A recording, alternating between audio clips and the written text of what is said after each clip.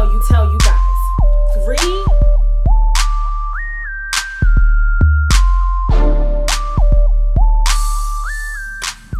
Yo, what's going on, y'all? Welcome to libraviews. I'm Charlene. Make sure you subscribe to this channel and like this video. And I'm here to talk about the Potomac ladies. My Potomac, Maryland girls is back. You know, I'm from Baltimore. I'm a Maryland chick, a DMV chick, a East Coast chick. And the Real Housewives of Atlanta, the Real Housewives of Potomac is back on the fucking scene. And I know that this season is going to be pretty motherfucking juicy. Okay? So, the episode opens up. And Miss Wendy is doing the silhouette challenge. You know, remember the Doja Cat silhouette challenge where everybody was being sexy and doing the little, silhouette, and then they drop and get naked and start, doing all that extra shit. So Wendy is doing that because Miss Thane then got her titties done. And she done got that ass done. Ain't nothing wrong with it. Let me tell you something. Wendy had 3 kids. You know what I'm saying? She's a tall, beautiful woman.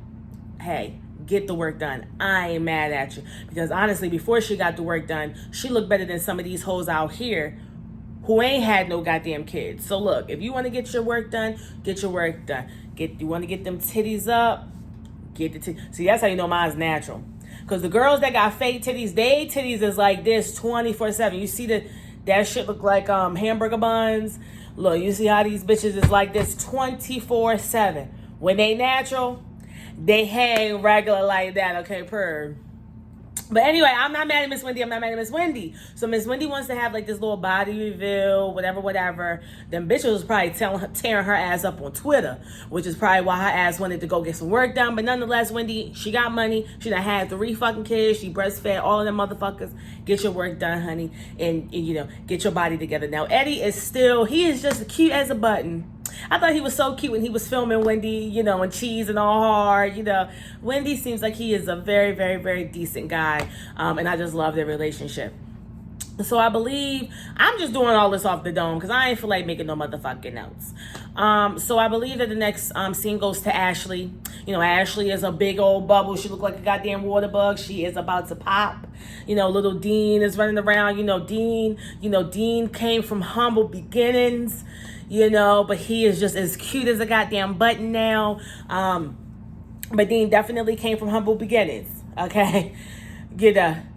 So Michael comes into the house and, Ashley is vibing or whatever. And Ashley's like, I tried to make myself look beautiful for you today. And, I can imagine, raising a little child, carrying an entire human inside of your body. That can kind of get a little, stressful. Hell, you don't feel like getting up and washing your face and putting makeup on and doing a little of this and getting your hair together. Sometimes you don't feel like doing that. But honestly, you're going to, I don't think that it's right that a woman should have to worry about how she looks when she's carrying the life of a whole man. However, the reality of the situation is, as women, you have to kind of keep your man satisfied in some way, shape, or form, or else they're going to go out and they're going to find him. We already know Michael, he gets around and he cheats. So I understand Ashley feeling like, I tried to get pretty for you today, even though I feel like she shouldn't have to. Bitch is carrying your whole motherfucking seed, okay?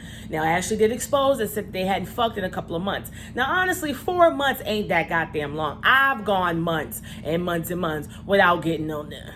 You know what I'm saying? It ain't that motherfucking hard. I understand for men, men and women, we'll work on different, wavelengths. Cool.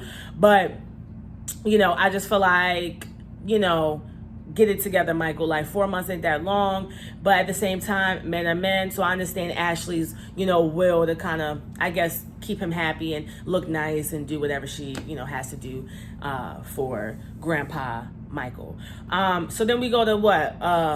Robin and Juan, have sold their townhome. They're building, another house. Now, it's definitely not a Chateau Charay.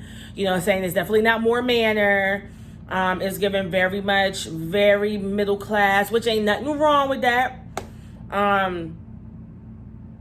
But the way that the house looked, I feel like really, you ain't even had to build the house from the ground up. I don't know if that's a cheaper way to go, but the way the house looked, it didn't really seem like it was a house that was so specific. I always thought that people built houses from the ground up to kind of really get what they want and, you know, get features that they want that they can't really, you know, find or whatever. It's something unique to them. But the house seems so basic. So it's like, girl, you could have went and bought a regular house or whatever, but I don't know if it's cheaper. Listen, they buying a new house, okay? They coming up, they moving up. Juan, though, was expressing how, you know, he felt like, you know, Miss Robin is getting lazy. He feel like Miss Robin is getting lazy. She sleeps, you know, until 12, 2 o'clock. She don't get her day started until 2 o'clock. Now, that is a little, you know, that is a little wild, Robin. You know what I'm saying? Your ass not getting up till 2 o'clock in the morning. You got 2 kids, apparently a hat business. We ain't heard much about, you know, you on a reality TV show. You got a whole boyfriend / husband. You know what I'm saying? So it's like, Robin, you know, 2 o'clock is a little bit unacceptable. You know, you're not a 21-year-old college student on a summer break. You know what I'm saying? So I can kind of understand Juan's frustration. And I guess for all the people that's asking why the fuck they ain't married, I guess Juan is laying the shit out for you right here in front of your very eyes, okay? So then we go to Miss Giselle. She ain't got much of anything going on. You know, her daughters asking for lunch. Blah, blah, blah.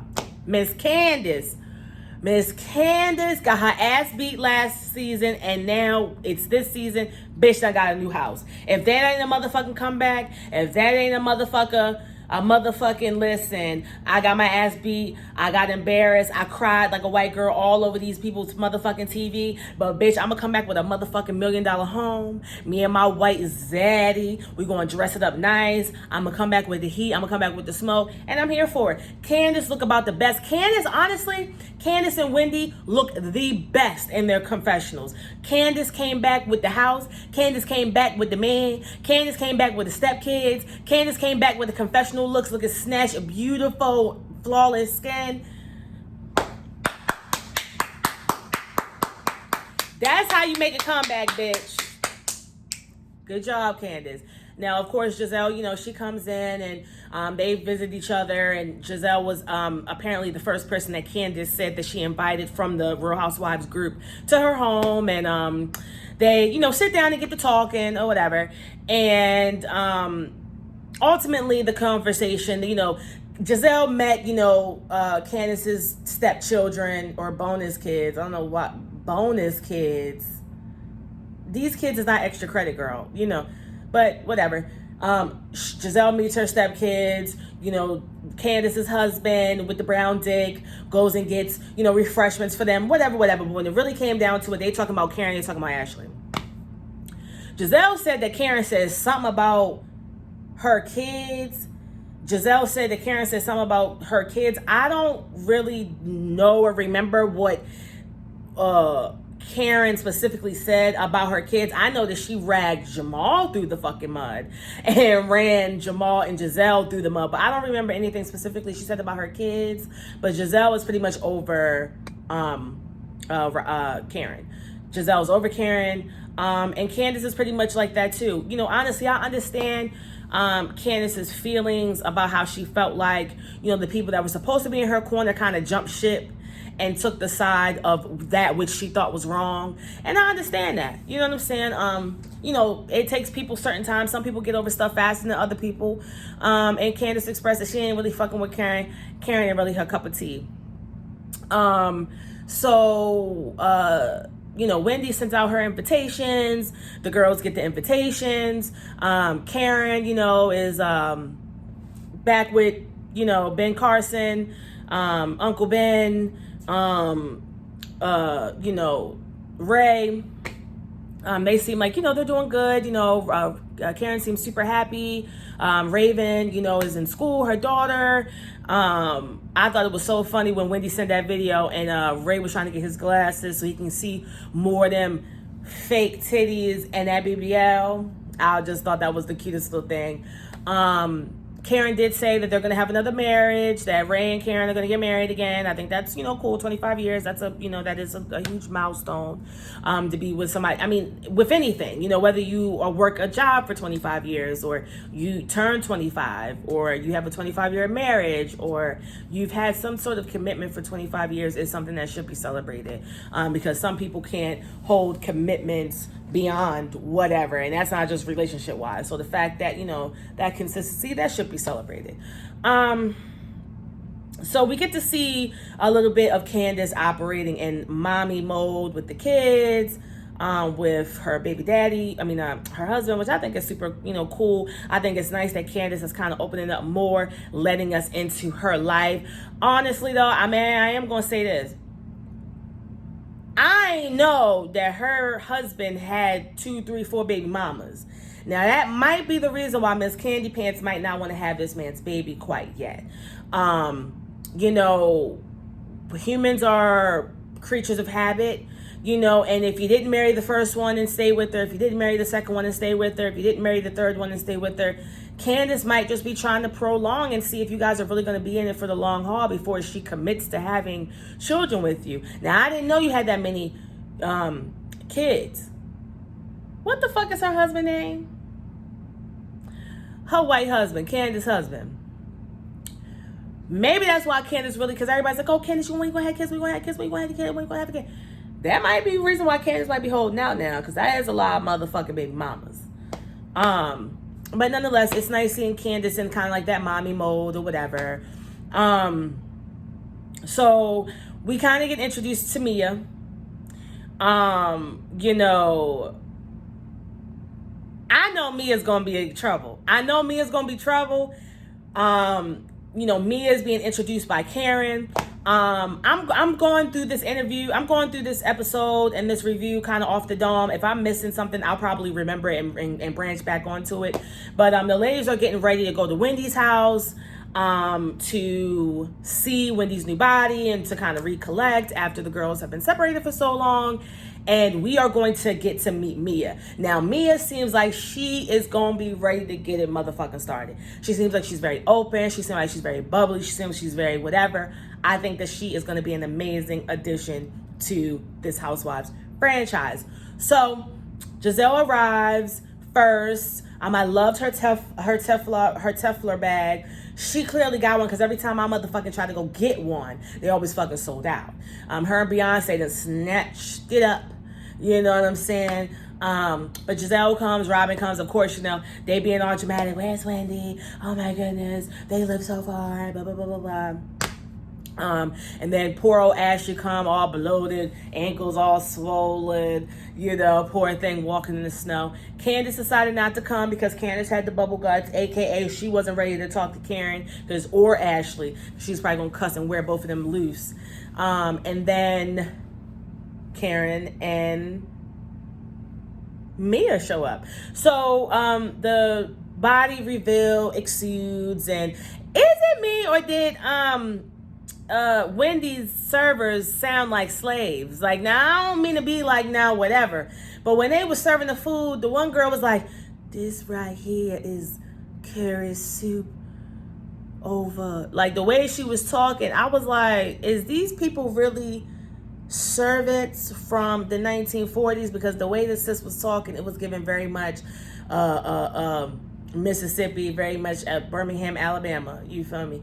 But nonetheless, Wendy, all the girls are there. Wendy's, talking about her journey, her body journey. Giselle was saying, land the motherfucking plane. I was right there with her, like, okay, bitch, you got your fucking body done. Congratulations.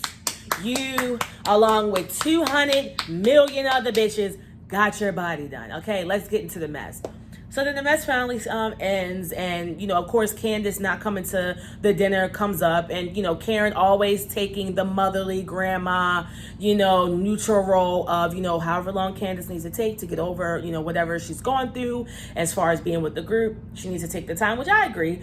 But Karen was very graceful when she was talking about that situation. Ashley was just saying, like, me and the bitch don't get along, and sometimes that's okay. Sometimes I feel like people don't know how to accept the fact that some people just don't mesh. It doesn't have to be beef. It doesn't have to be this long, drawn out, dramatical experience. Sometimes people just don't mesh. People's personalities just don't mesh. the way that you handle situations and the way they handle situations, sometimes it just doesn't match. Sometimes opposites attract, but sometimes opposites really just don't motherfucking go together. And that's okay. And I think sometimes we need to kind of normalize not meshing with people's vibes, energies, and personalities, and it not turn into beef. So Ashley said that her and Candace just don't vibe, and I think that that's okay. So then Wendy says that she thinks that all the girls, hopefully one day she hopes that all the girls can kind of come back together and get back together. And Giselle said that she doesn't think that can happen because she don't fuck with Karen, because Karen has took this whole shit that she's going through, whatever, way too far. Now then they get to going at it. So they're throwing across insults. Karen is talking about Giselle's hot box. Giselle's talking about how Karen cheated and is this and is that. Listen, if you ain't gonna spill the motherfucking beans, don't sit up here with like a pit bull holding it back. Oh, I got all this tea, I got all this tea, I got all this tea. If you got all the tea, spill the motherfucking tea. If you don't, you don't. But clearly, Giselle and Karen are going to be butting heads heavily this season. But then before all of that happened, Mia kind of introduced herself. She talked about how she had all that plastic surgery done. She was lying to the girls, talking about how she was 36. That means that the hoe is 5 years older than me, and I don't believe it nowhere, no way, no how. She expresses she lives in Baltimore. She lives on the penthouse. She lives in Baltimore. Now, let me tell you something. That bitch look like she got money. She sound like she got money, and I believe she got money. But that bitch is ghetto. Any bitch that live in Baltimore, I don't give a fuck if you live in the goddamn penthouse. I don't give a fuck if you live down to the west side. Bitch, if you from motherfucking Baltimore, bitch, you was about that motherfucking life. Because even the white people in Baltimore give it up. Even the white people be in the middle of the street whipping motherfucking ass, okay? Okay. I said, Mia, she gonna be something. But she was like, yeah, I got a rhinoplasty, I got my titties, and I got my ass, and I got my label, I got lips, and I get fillers, I get this, I get that. I said, oh yeah, she gonna be a motherfucking good time, because she ain't got no problem exposing her teeth. See, Wendy was goddamn scared to tell the people that she got her ass done when Stevie Wonder or any man with no eyes can see that Wendy, you got a little bump. It ain't nothing wrong with that. But anybody can see that. But Wendy was like, oh, what? No, just a little bit. Huh? What? No, just my boobs. Miss Mia was like, I got this, that, this, juice, that, this, and I got an appointment tomorrow to get more. And I love that. And that's how I know Mia's going to give us what the fuck we need. I'm excited for this season. I got what you want. Got what you need. Can I get another shot? This time I'ma make it hot. Yes, this season I know is about to be everything. I'm excited. I know I might be late for this review, but whatever. Y'all ain't do nothing. Watch it. Click subscribe, like, and until next time, deuces.